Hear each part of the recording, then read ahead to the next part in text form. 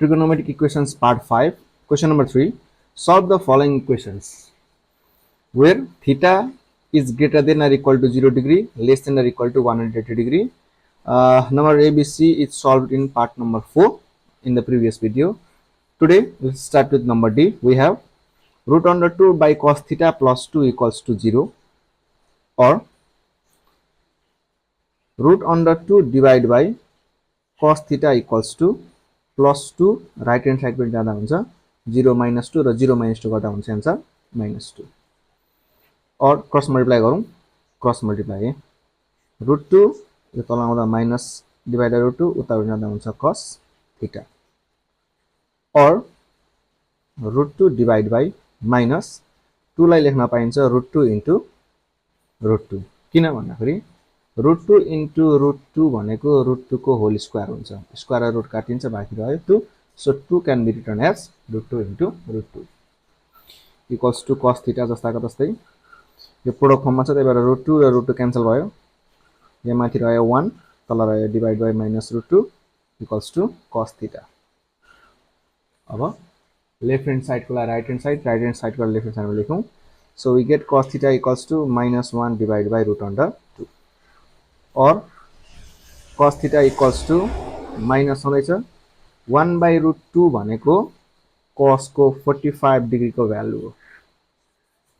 अब cos theta equals to minus cos 45 आयो, अब यहाँ माइनस भएको कारणले गर्दा यसलाई के गर्न मिलेर कम्पेयर गर्न मिलेन, सो अब के गर्ने भन्दाखेरि नाउ cos 45 कति कुन केसमा नेगेटिभ हुन्छ त भन्दाखेरि जम्मा 4टा क्वाड्रेन्ट मध्ये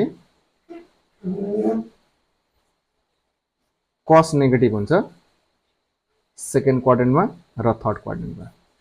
ओके, अब सेकेन्ड क्वाड्रेन्ट भनेको कति पर्यो त भन्दाखेरि 90 डिग्री देखि लिएर 180 डिग्री, सो और cos theta equals to minus cos 45 लेख्न पाइन्छ cos 180 डिग्री माइनस 45 डिग्री।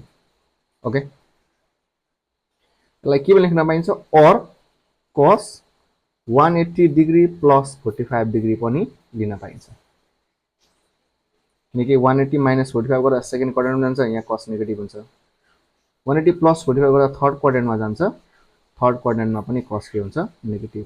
तर हाम्रो यहाँ एन्सर चाहिँ यो फर्स्ट इक्वेसन कम्पेयर गर्दा थीटाको भ्यालु कति आउँछ 180 माइनस 45 135 डिग्री, यहाँबाट कति आउँछ, यो यदि यो र यो कम्पेयर गर्ने हो भने थीटाको भ्यालु कति आउँछ 180 प्लस 45 225 डिग्री, 225 डिग्रीमा एन्सर हो, बट 225 हाम्रो कन्डिसन्समा पर्दैन, so our only answer is theta equals to 135 degree.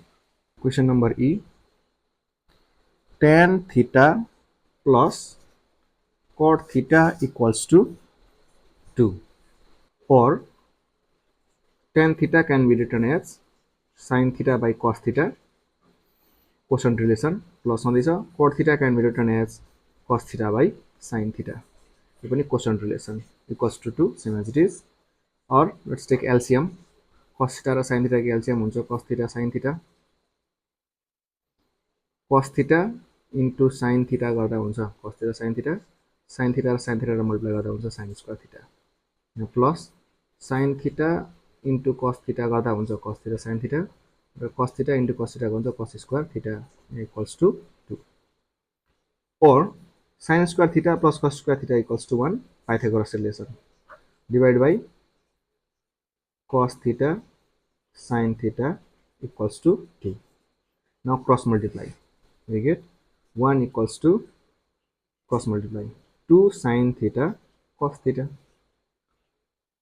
1 equals to 2 sin theta cos theta is sin 2 theta, multiple angle relation, or now sin 90 degree equals to 1, so 1 को ठाउँमा लेख्न पाइन्छ sin 90, यतापट्टि छ sin 2 theta जस्ताको तस्तै,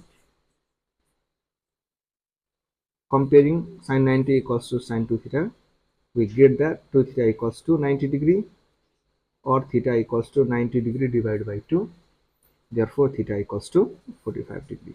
Question number F, 1 plus cos2θ equals to cos theta, or 1 plus 2 cos square theta minus 1 equals to cos theta. Cos 2 theta equals to 2 cos square theta minus 1. This is multiple angle relation. All the remainings are same. Or 1 र minus 1 cancel भयो. यहाँ छ 2 cos square theta. Cos square theta right hand side मा छ, left hand side मा आउँदा हुन्छ minus cos theta. उतापट्टि रह्यो 0. और cos theta कमन छ. यहाँ रह्यो 2 cos theta. यहाँ छ minus cos theta बाहिर निस्केर रह्यो 1. अब के भयो factorized. So के भने भयो, either